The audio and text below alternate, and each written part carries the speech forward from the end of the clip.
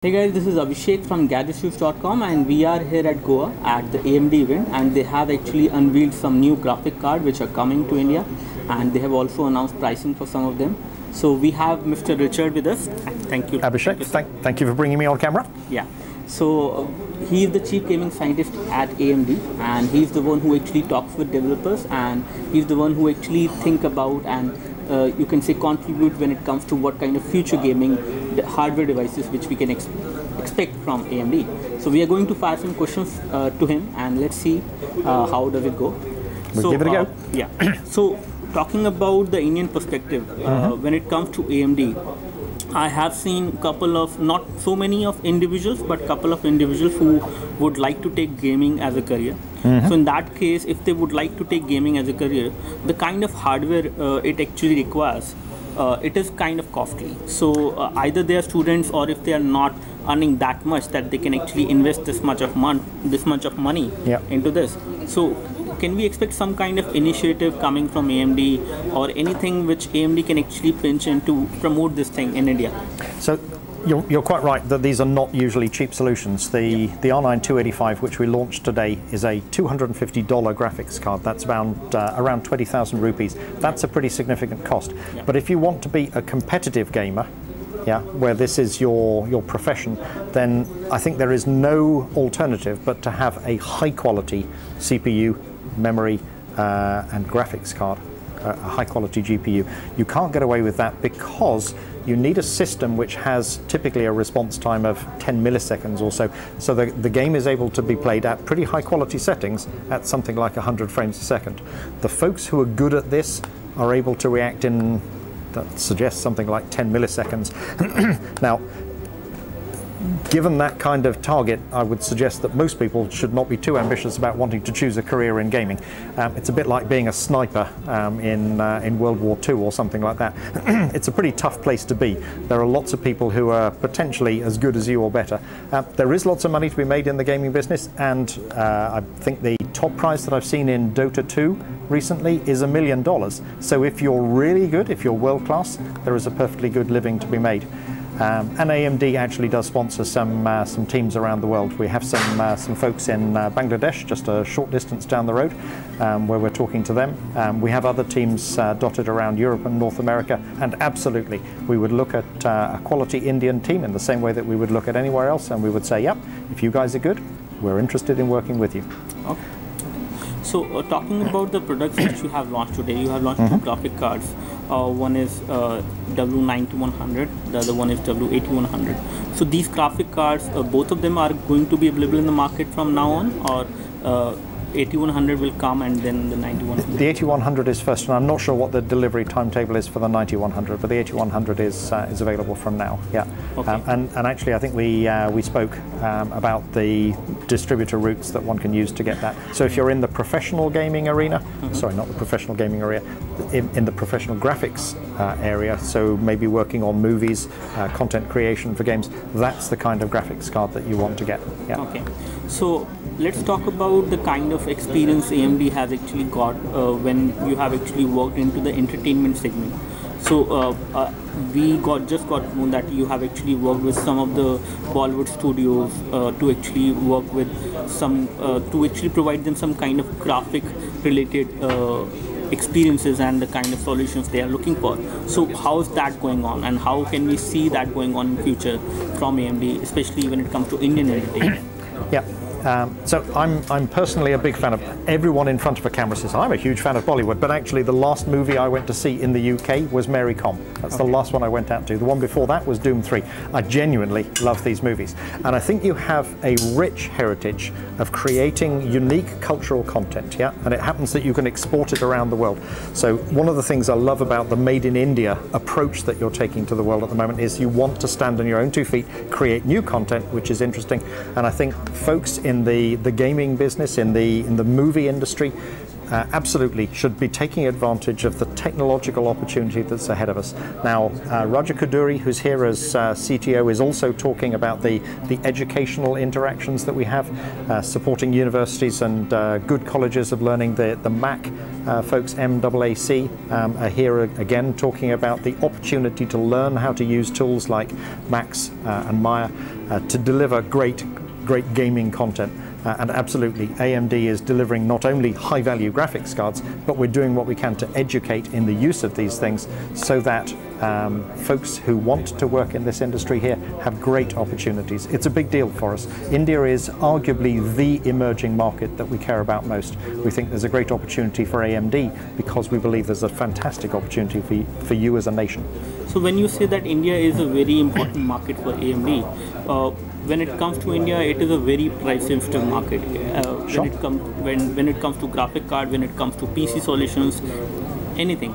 So in that case, do we see any affordable graphic card coming up, especially for the people out there, so that they can actually easily afford it? They can fit that graphic card and they can have a kind of a gaming experience, maybe not a pretty high experience, but a pretty decent experience if they would like to have. So do we have any affordable devices coming up, especially in the graphic card category? So actually, I think there's an interesting point that you make there about price sensitivity, and AMD is very, very aware of it.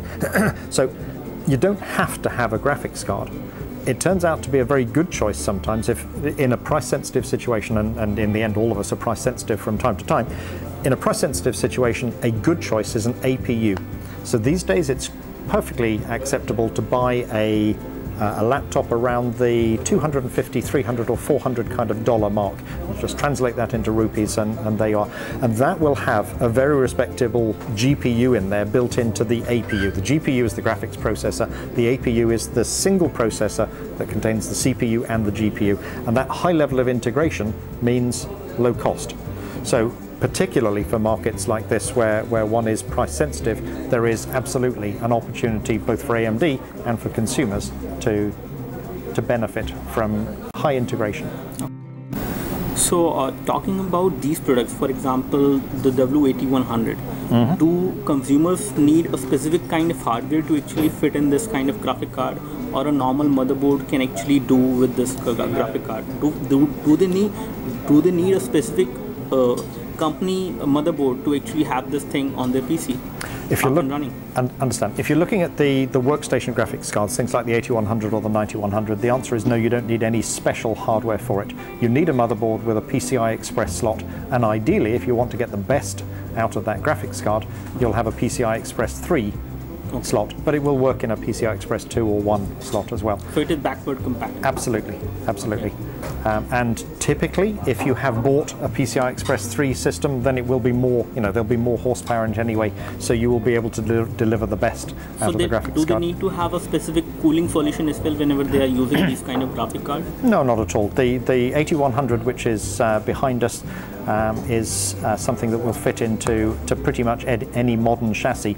And if you have a power supply that can deliver 200-ish watts to the graphics card, then you're away and you'll get a great experience out of it. It's not a consumer experience. That's not for someone who's playing games, but for someone who's creating content, who's maybe in the business, then that's a very good solution. Yeah. And how much power efficient are these graphic cards? So I see that definitely these graphic cards actually generate a lot of heat as well when they do heavy processing and other things which happen, especially when it comes to gaming or anything of that sort. So what kind of power efficiency solutions have been actually taken into consideration when you were designing these products, or when these products were coming to the market?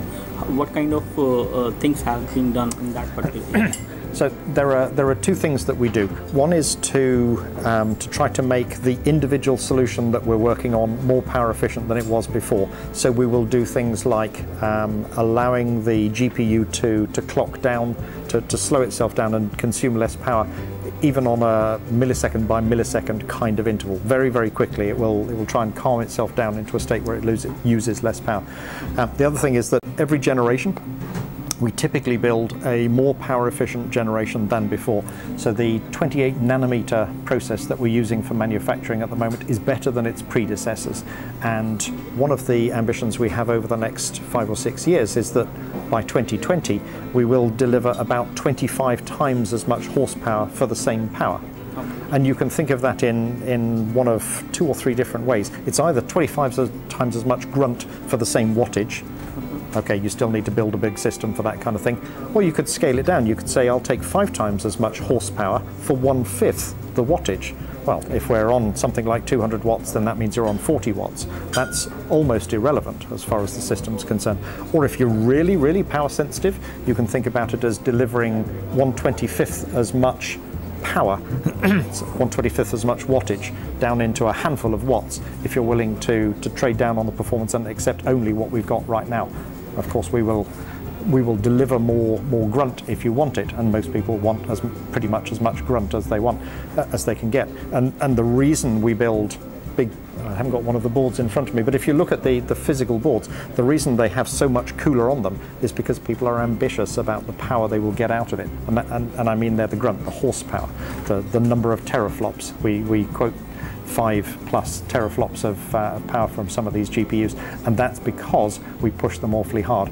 But we are very energy conscious. We are trying with every generation to be more efficient than we were before. And I guess one of the other important distinctions is between CPU and GPU. A GPU is a dedicated graphics processing unit. That's what GPU stands for. And it turns out that if you try to get the CPU to do the same work, it will typically do it at about 1/10 or even maybe 1% of the efficiency of the GPU. So somewhere in that 1% to 10% range. The GPU is already colossally efficient compared to a CPU for particular tasks. And the nice thing about a modern PC design, especially if it uses the modern APIs, is that it puts the load where it belongs. It will stress the GPU with graphics tasks, and it will stress the CPU with serial tasks, things which are quite different. We're actually very power efficient because of what we build. So when it comes to the high-end processing of something at a certain point when the graphic processor is actually working very hard and it is also generating a lot of heat, and somehow the cooling is not in place somehow. So in that case, is there any mechanism to actually shut that down? Is there a thermal shutdown which will happen in that case, or something else has been taken into consideration to actually handle that kind of situation? Especially if you have a cabinet in which you do not have a proper cooling solution. You have this graphic card, but you did not thought about the cooling properly, especially inside the cabinet. So in that case, what will happen? Like, are these graphic cards designed to handle that kind of situation, or something else will happen in that case? You can always create situations where you get catastrophic failure and your PC crashes. But actually, with the modern GPUs, and particularly with the power tune tech that we build into the latest drivers as well, you can effectively say, I do not want the GPU to go over a particular temperature or over a particular power output, and that means that you can throttle it back. Now, older GPUs will simply, push and push harder until they get to the stage where they crash. Modern GPUs, you can program to say, just stay calm. Don't get overexcited about it. You don't have to blue screen. You don't have to suddenly shut the machine down. So yeah, you have more control than you used to have. Especially for those who overclock these kind of devices? Well, typically overclockers are pushing that bit harder, where they kind of take the brakes off, and this is one of the brakes. So you would not usually run power tune as well as overclocking. You can do, but once you start moving outside the standard bounds of the machine, then kind of it's you pays your money and you takes your choice kind of world. But we are more defensive than we have ever been with these modern GPUs, to make sure that the best experience continues to be delivered and that it doesn't damage itself, for example. Yeah, there is thermal protection in there. Okay. So when it comes to the marketing strategy, I just want to know that how AMD is actually going to market this, how AMD is going to take these kind of graphic card and solutions which are actually designed to be sold in India, designed in a way that they actually cater to the needs of the people, or to the aspiring gamers who are looking to be professional gamers in future. So how AMD is going to come forward and talk to these people, so that these people have a trust. Okay, if we want to take this as a career, then we can invest some money into this hardware, and this is the reason. If you can give me like 2 to 3 reasons because of which they should come, trust, and purchase the AMD hardware, even if they invest that money, because they may not have that much of money to actually build a rig like this, a gaming rig like this. So what kind of things which AMD can actually say to them, that if you invest some money, this is something which you can expect in future if you do the hard work and put your money in? I'll try and give you a couple of things, and I'll also give one other piece of advice, if I may, which is going to completely ruin this article. We'll see how it works out. One thing is that we do is this power protection stuff. Yeah, so we are deliberately designing these GPUs so that they will last a long time. They will be able to take high workloads, and that's not damaging to them. Another thing that we do is our drivers. We take a great deal of pride in the quality of our drivers, and it has not always been the case that we've had the best reputation for drivers. We are actively involved in raising the quality of our drivers, and perhaps more importantly, doing some very, very deep research into what it is that needs to be perfected in our drivers, and we aim at that very aggressively. It is our intention later this year to reveal some external research which shows the quality of our drivers is actually very, very high, unsurpassed. Yeah, and that's setting pretty high goals to be the best driver on the planet. That means that you will have the best gaming experience on AMD hardware, and if you want to be in competitive gaming, you need a consistently good experience. But the piece of advice I'd give, if you want to be in gaming and you're going to win the $1 million that I mentioned with Dota 2, great, yeah, good luck to you. And if you're the guy who wins, the guy or the girl who wins, awesome, yeah, I congratulate you on taking home $1 million. Most people will not be fortunate enough to do that. For people like me, whose reaction time is a little bit over that kind of 10 millisecond period, for people like me, there is a tremendous business in gaming, in PC gaming and in other gaming. The PC gaming industry is worth in excess of $6 billion a year at the moment. That's a great place to play. And I've heard several times in conversations here in Goa, I've heard people say, but you know, when I was young, my mother used to say, go away from that PC, go and do something useful, go and do your studies, that kind of stuff. Well, I would say I've made a really satisfying living, and I'm not here talking about the money, I'm talking about the joy of working in games. It's tremendous. There is a very, very vibrant community out there of games development where you can participate. And these days I participate on the periphery of the games development area. I'm in graphics technology instead. There are loads and loads of games companies. There's a tremendous range of opportunities all around the world. That is where I would actually look. There's much more money in gaming than there is in playing games. Yeah, playing games is mostly, for most people, an entertainment, but there is some serious business. The PC gaming industry, $6 billion, that's not bad. Gaming industry as a whole around the world, it's bigger than the movie industry. That's a spectacular thing. Thanks a lot for your time. Abhishek, a great pleasure. Thank you very much. Thank you. Okay.